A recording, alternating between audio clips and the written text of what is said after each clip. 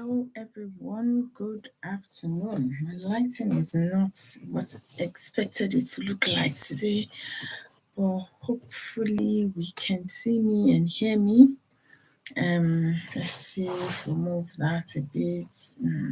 The lighting is not as great, but yeah. Hello, everyone. Apologies about the lighting. Um, to be honest, I don't know what's happening, but it's quite sunny and it's a bright day here, and but the lighting is not as beautiful as I had or tried to arrange it to be. But let's go straight into it. Hello, thank you so much for joining me. If you're joining me for the first time, my name is Kiki, and the founder of Joshizami, the lead coach as Raising Wholesome Boys Academy.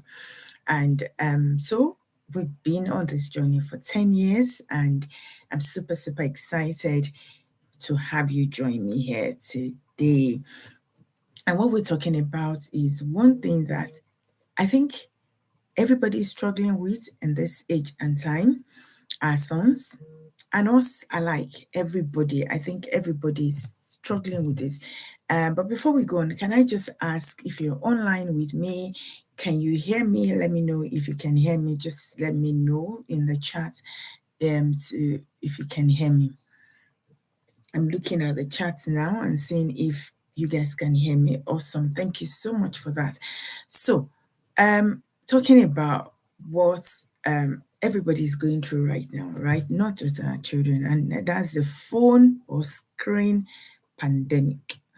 What we call the phone or the screen pandemic. I remember a couple of weeks ago, I had to consciously say to myself that I'm going to start reading paper Bible. So I brought out my Bible.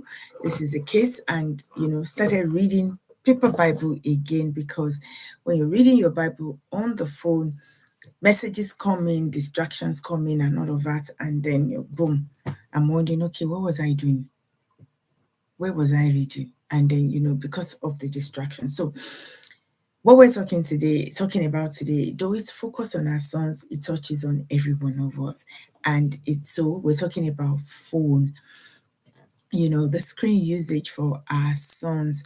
So if you are a parent and you feel like, oh, my son is always on the screen, he's always on his phone, he's always on the TV, games and all of that, that's what we're talking about here today. So I'm just here to create the awareness that before you rush to remove the device, there might be some things you need to understand. So the goal is not to for us to ignore unhealthy habits, unhealthy screen habits, but to address them with wisdom and see how we can help our children or ourselves, identify some of those things that are causing this unhealthy screen habits. So before you say, put down the phone, how long have you been on the phone? You're gaming. Who are like I used to do? I'll peep into the room and say, who are you talking to on there again, in terms of when they're playing the games? And I'm like, who are you talking to? So before you scream, who are you talking to? And all of that. Let's consciously take a step back and review some things. Many of us parents are genuinely worried about how much time our sons, our children spend gaming, scrolling, communicating online. In fact, in this day and age of AI as well, I think the concern is going to step higher, where was it 2, 3, 4 years ago, when my son, one of my boys just came to me and said, Mom, guess what? I was able to create a friend on, was it Instagram or Snapchat now? One of this, and I was like, how? But there are people that you can send first friend requests. And he was saying, no, Mom, that you can actually create an AI, a digital friend that you're chatting with, and this friend is actually chatting with you like you guys know each other, right? And you say something like, you and I will chat on phone, that this person is not a real person, they're AI. So even this was before all this ChatGPT and all of that became a thing that we all, are aware of. And I was saying, how on on Snapchat, and we had to investigate, well, with his help. Thank God they talk to us. We investigated it and we talked about it and everything, at that time. So the worry is real. The concern is real. The concern is understandable. Excessive screen, can interfere with their sleep, their work, their social abilities, their responsibilities, their relationship with people around. So it's real, right? But also, maybe we should take a pause to say, what are these screens providing for them that real world is currently not providing? What are these screens, the phone? Like I said earlier on, that my son saying that they could create a friend online. What are these things creating for them that real life is currently not creating for them? A lot of them, right? So the phone may be meeting a genuine need in them. So for a boy who may be struggling with some things, the phone may be creating them. So a few things that, based on my research, that I found that these screens and phones provide for these children that they actually struggle to identify with in real life: achievements, belonging, acceptance, competence, control, relief, entertainment, connection, friends, privacy, escape. I remember so many years ago in one of our Boys for Real Academy classes, when this woman was registering her son, she said the problem is the games, how much time he spent with game. And when I investigated with this boy, guess why he struggled to let go of his game? Because of the achievements. So in school, they study, they work hard, and they do not know what they're getting until maybe the end of the term, or when the teacher marks it. And sometimes some of them struggle with maths, with different kind of different courses, right? So achievements with those things are low. But guess what? With games, you see the points, you see extra life. Extra life means something like, you could interpret that to mean something like an opportunity to try again, a second chance. So they keep getting second chances, they keep getting points, seeing their achievements. And then with the people they are playing with, whether the people they know or not, there is that belonging and acceptance. At some point, I noticed that some of these people were people they don't know, they've never met, and probably will never meet, until I began to consciously encourage and push. Okay, instead of playing with this person, why not get Josh to play with you? Josh that and trying to swap this online friends, belonging, acceptance. They feel competent. I'm playing the game and I'm achieving it. I'm killing XYZ. I remember I used to struggle with that word. Oh, I've just killed him. Killed him, Asasao. Who are you killing? I used to struggle with that until I began to try to understand and then entertainment. And again, it's just escape. They leave the reality into this little bubble that these games and everything creates for them.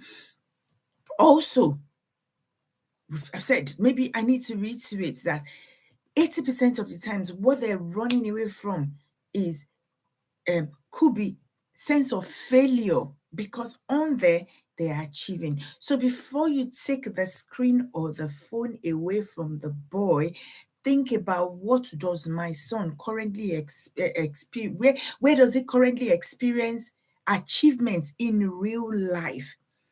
When did I last acknowledge his progress, not the final result? When did I last acknowledge his effort, not just the final result, right? And does he hear more? Does he hear or see me trying to connect with him? Or does he hear me correcting more than encourage him? So I'm correcting, you don't do that, than encourage. Does he see me try to connect and build real life relationship? Also, Loneliness could be what these games and these phones are trying to replace, help them walk through. So before you take the phone, when was the last time you had family time? Now, for us that are Christians, I know we do devotions, right? I'm not saying when was the last time you had devotion. When was the last time you had real family time? When was the last time you spent time, quality time with that boy? Right? Outside of trying to give him instruction, correct him, rate him, and all of those things. Right? When was the last time I've talked about being able to enjoy time with them? When was the last time you intentionally enjoyed your relationship with him? Does it feel does it feel it belongs to you and the home environment?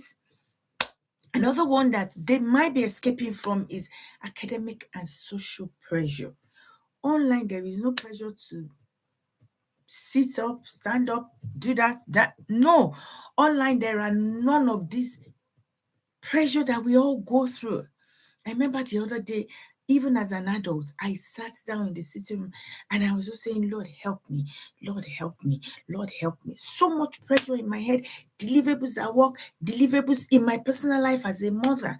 And to be honest, they also feel it. So they use the phone to switch off from this life's demand. They use the screen to switch off from this demand of life, right? And then find comfort in all of this. So before you take the phone from him, think or ask, does my son have somewhere to rest emotionally? Does he only have somewhere to escape?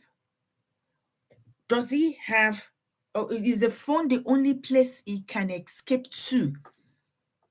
Is there an opportunity for him to rest, chill emotionally, and just take a deep breath? Also, criticism. When you see the boy, is all of your interaction about, have you done your homework? Why is your room untidy? When you enter his room, you look at the room, this room is untidy. You're always on your phone. Why are you questions, interrogation, and criticism? Is that all he sees and gets from you? If the answers to this is yes, then to be honest, it might be the phone is providing something different from him. Also, boredom and lack of purpose in our boys sometimes can lead to this escape. Real life, to be honest, can appear to be slow by comparison. I'm not achieving something. Oh, I'm behind my mates. And then they want to get into that bubble, that safe space that they've created for themselves on the screen. How do we help them manage and identify their purpose per time? Sometimes purpose can be we over maximize or we make the word the world, social media and everything right now is made the word purpose a scary one. But your purpose can be something as simple as helping the neighbor, finding fulfillment in helping the neighbor. There was a time that my boys did not know, we stylishly made the neighbors and the boys, everybody, to be able to give my boys opportunity to help them. Maybe babies, cat sitting, checking on the animals, on the pets in the house when they're away. Then giving them control. The phone might be a place where they find control. They take charge of the environment. Nobody's controlling them, nobody's criticizing them. But one thing is that the phone may be a symptom and an amplifier. So the phone, when when they use the phone, it might be a symptom of something they're going through.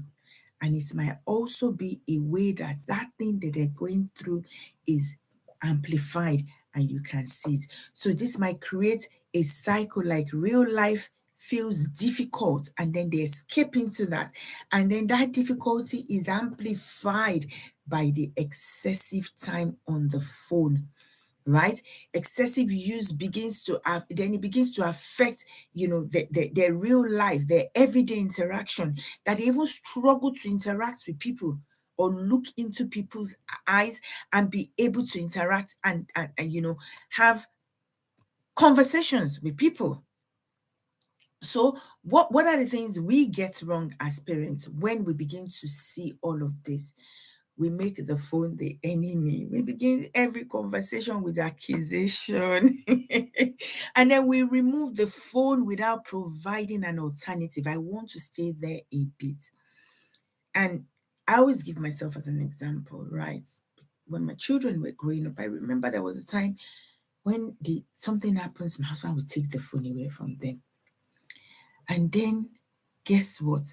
I realized that taking their phone away from them physically wasn't solving the problem, because they have friends, they have other ways of using phones, right? And then one day, when the phone was taken away from them, was it the phone or game now? And one of the boys said, "Mom, now you have taken this from me. What is the alternative? What are you replacing this with?" That day, now it's fresh. I'm kid you not, I froze.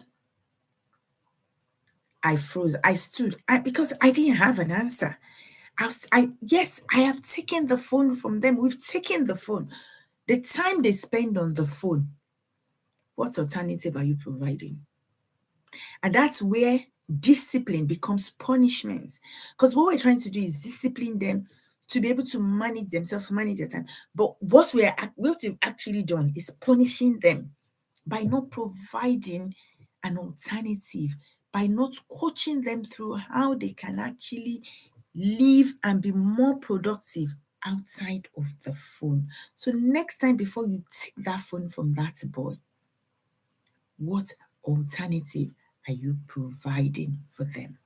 And then expecting them to open up immediately. "Oh, you're always on film. What is wrong with you?" Ugh. And then they're looking at you and saying nothing. The truth of the matter is, it might be that they truly do not know.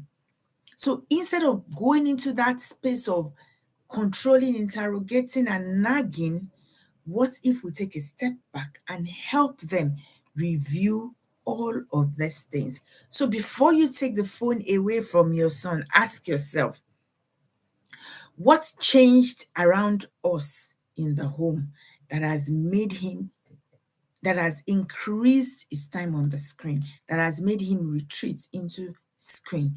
What emotions might he be avoiding? What are the things that are happening beneath the scene, behind the scene, that he might be avoiding and not wanting to confront? What does he currently feel? Where does he currently feel competent and confident that, or where does he feel competent and confident previously that doesn't seem to be there anymore, right? Is he sleeping well? Is school becoming difficult? Has he lost interest in anything that he really enjoyed previously?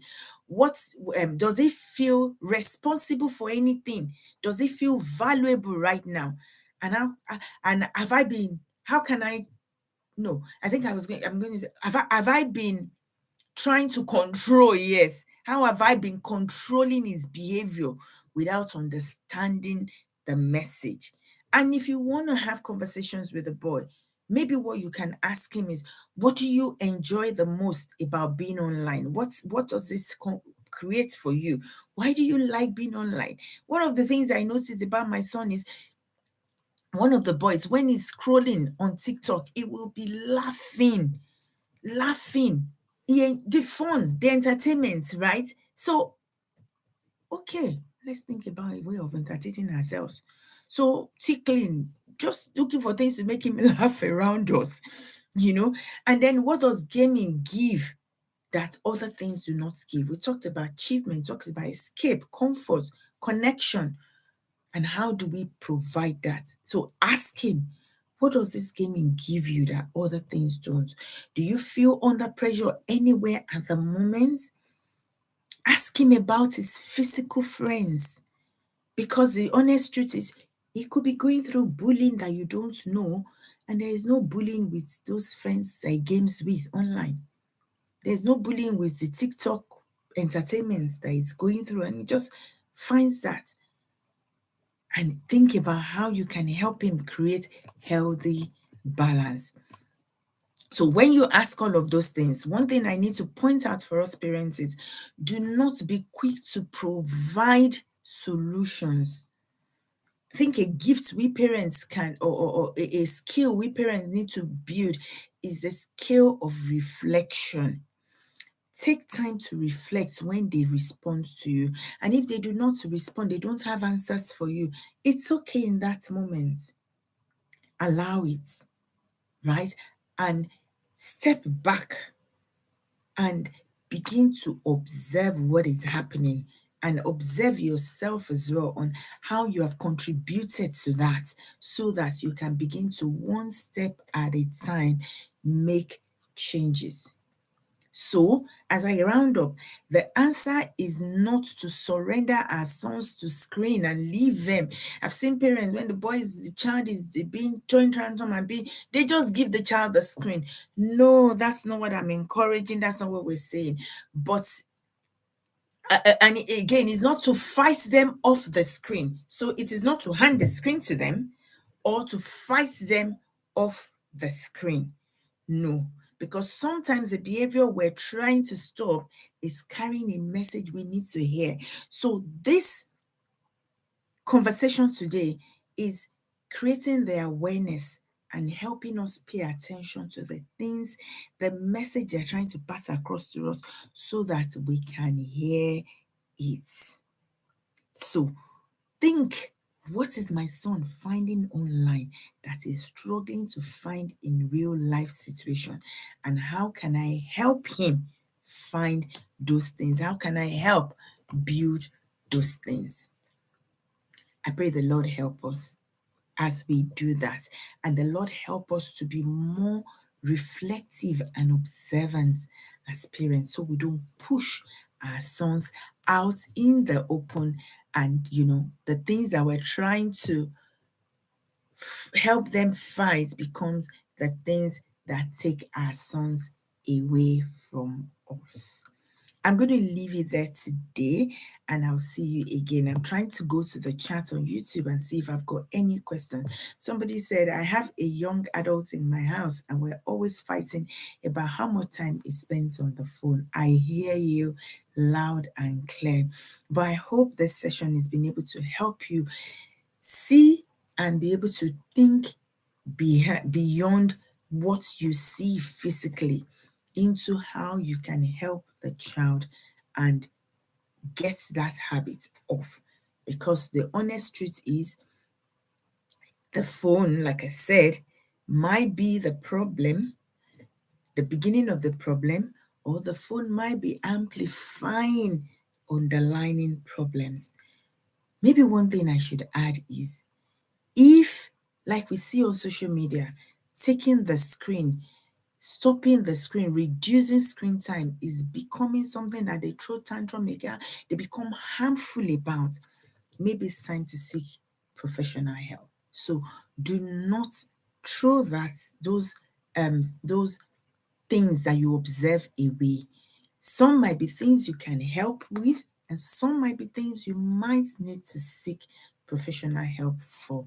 So the key here is paying attention, being observant, and as a parent, don't just tag or name by the things you see physically, because there might be some things happening behind the scenes. I'll see you again next week. God bless you and have a beautiful weekend.